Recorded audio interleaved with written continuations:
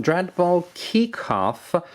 This is a game of futuristic combat. Well, it's about a very violent sport. Imagine hockey, but with orcs and monsters and strange creatures and a lot of violence going on. Not the first game about sci-fi competitions in the future that are more violent than the ones that we have nowadays. Just a new take on what is pretty much now an established genre. Dreadball came out as a main set called the Dreadball. What a surprise! They also released a kickoff version, which is a simpler, as I understand, more basic version that gets you a sense of how the game works.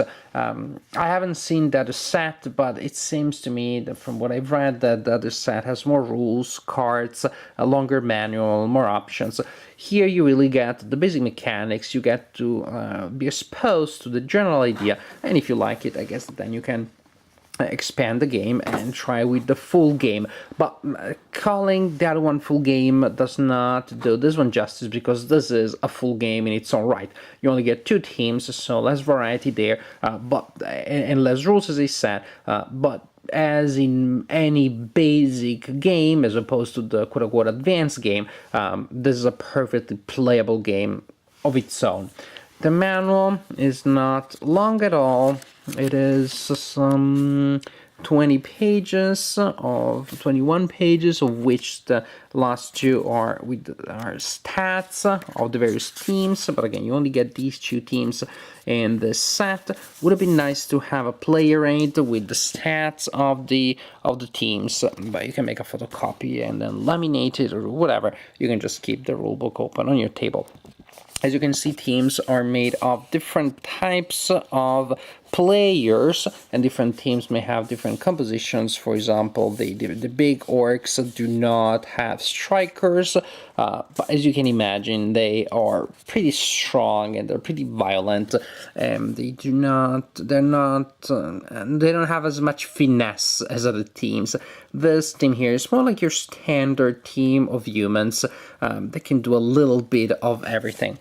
Each player in a team have several stats: move, the number of hexes that that player can move when activated, and with a regular run action, the player that is activated can move faster, up to twice the speed value.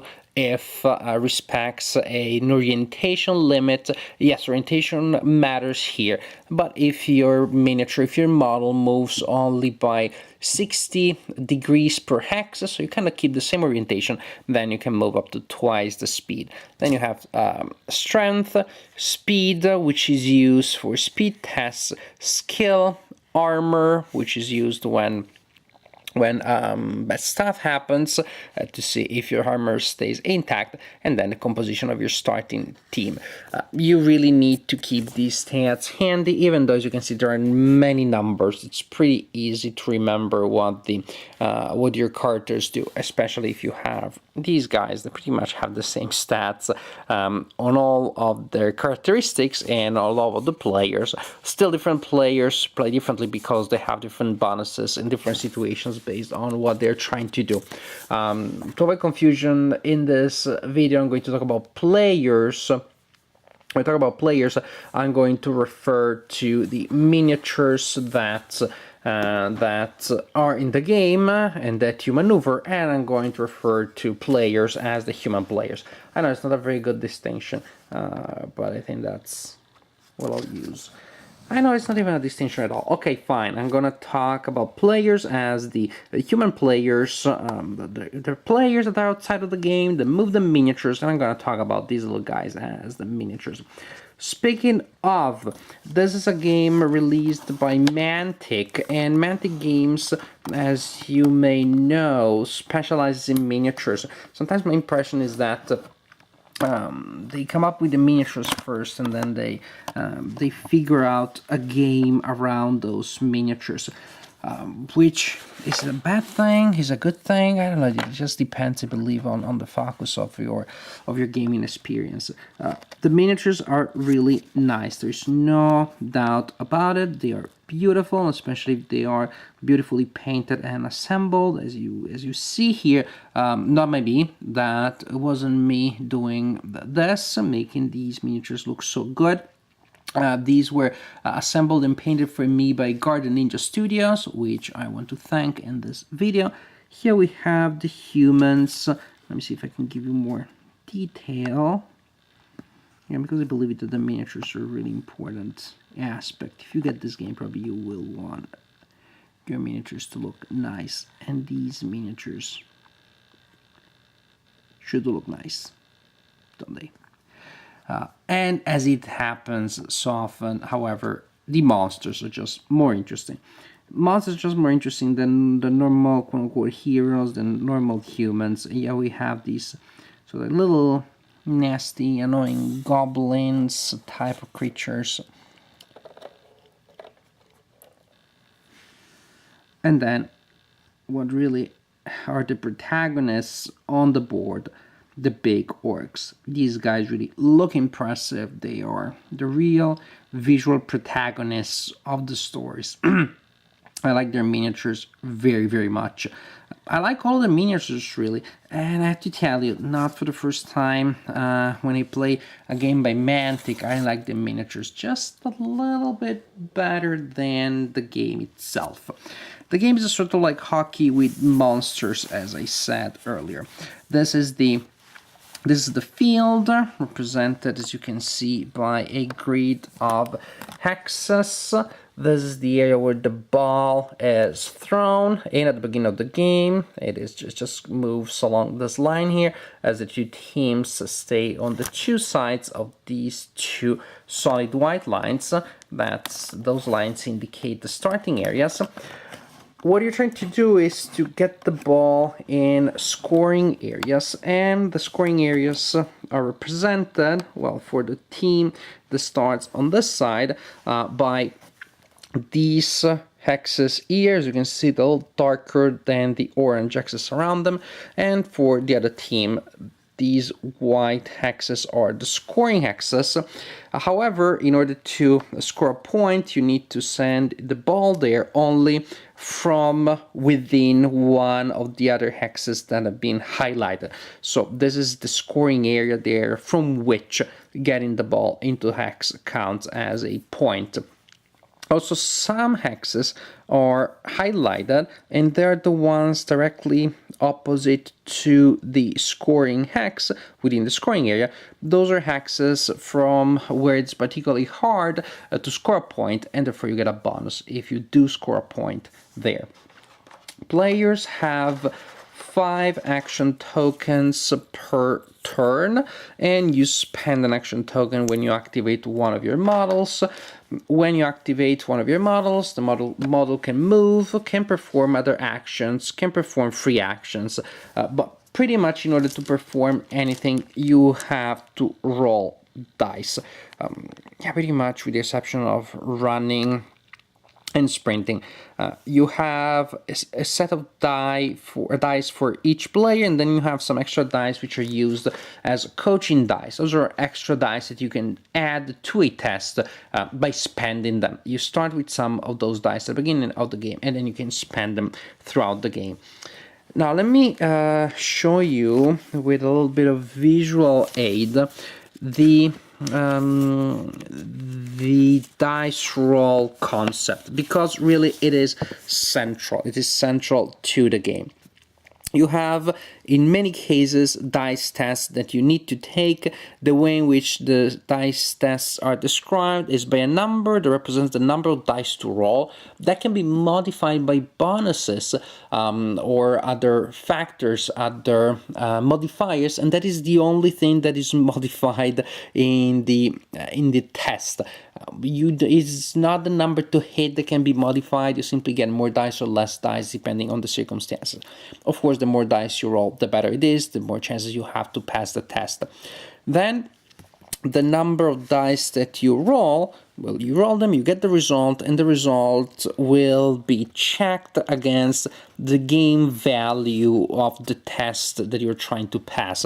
So, for example, a strength test, then you match or you compare the results that you roll with the strength of the card that is taking the test. The same apply for speed, skill, or armor.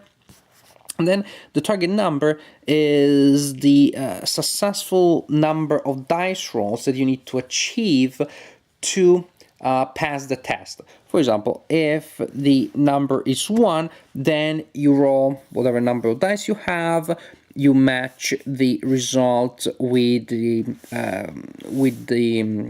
characteristic, with the trait of the character. Each die that is that passes the test counts as a hit. For a test with level 1, you only need 1 hit to count to have passed the test. If the number is X, then the result is compared to your opponent's score.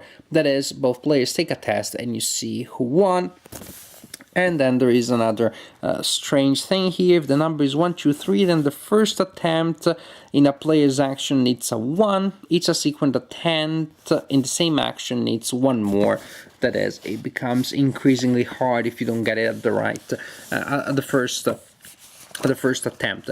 There are situations in which doubling, that is, in which doubling the necessary number of hits or simply doubling the score of the opponent will give you extra effects, will give you extra bonuses. And this being said, I could just go through all of the tests that you need to take. I think I've just listed them because that's pretty much I think will give you an idea of the game. If I just list the number of dice you need to roll here against what, it just gets boring. But again, there are actions that you will spend an action token to perform, such as run, sprint, moving on to the pitch, slamming an opponent. That is when you try to attack the opponent. Then, as you can see, you have to pass a test, and the opponent that is being slammed can choose to dodge or slam back. Then, well, you see what happens. Maybe one is trying to attack the other, the other one is trying to slam back. You see who gets slammed. If the slam doubles the opponent, then some damage may follow. If you're just slamming normally, you misplace the opponent, you push the opponent away. If the opponent is hit real hard, then you need to take the opponent needs to take an armor check. Of course, you can try to steal the ball from an opponent, and again, the opponent can choose to dodge or slam back.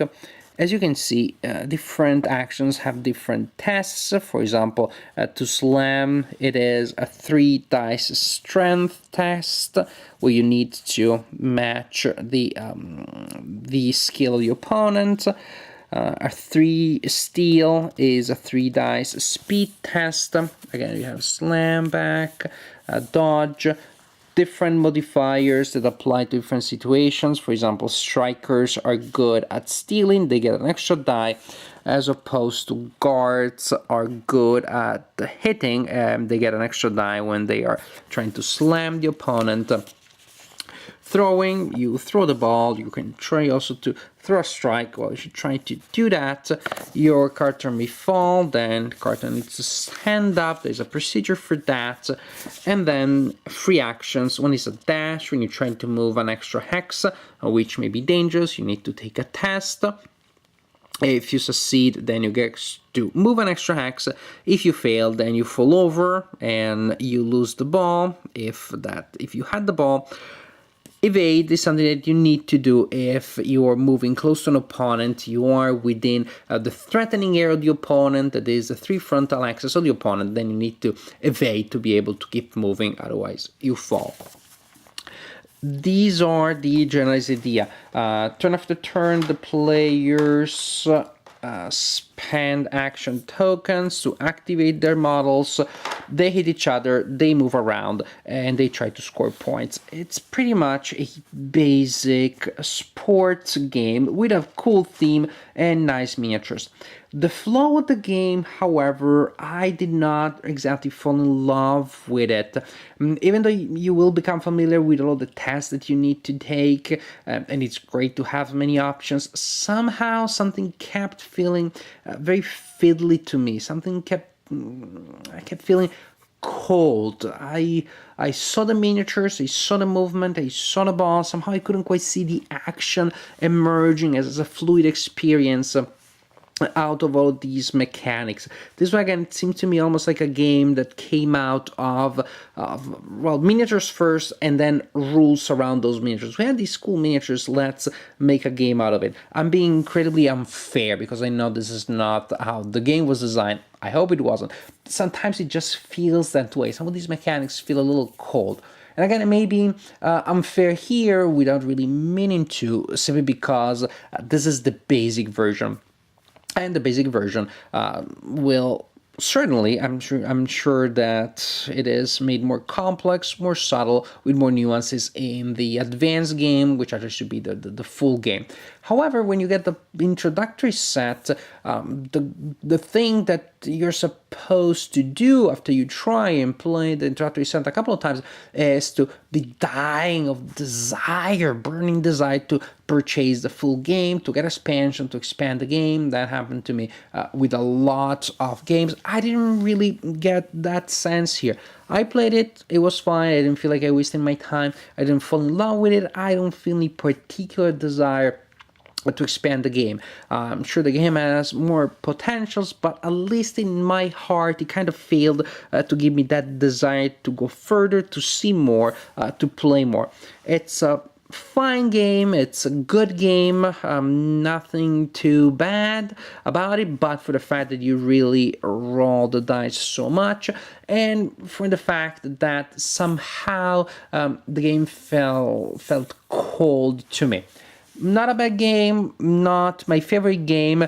I may be biased here because also at the same time as I was playing this, I was playing one of the most thematic games that I've ever played, which is Hornet Leader, the Cthulhu Conflict. Maybe there is a perspective bias there. But to me, Dreadball Kickoff is okay, but I don't know that I will explore the system more. If I do, probably will be because of players that tell me, look, the full game is so much better.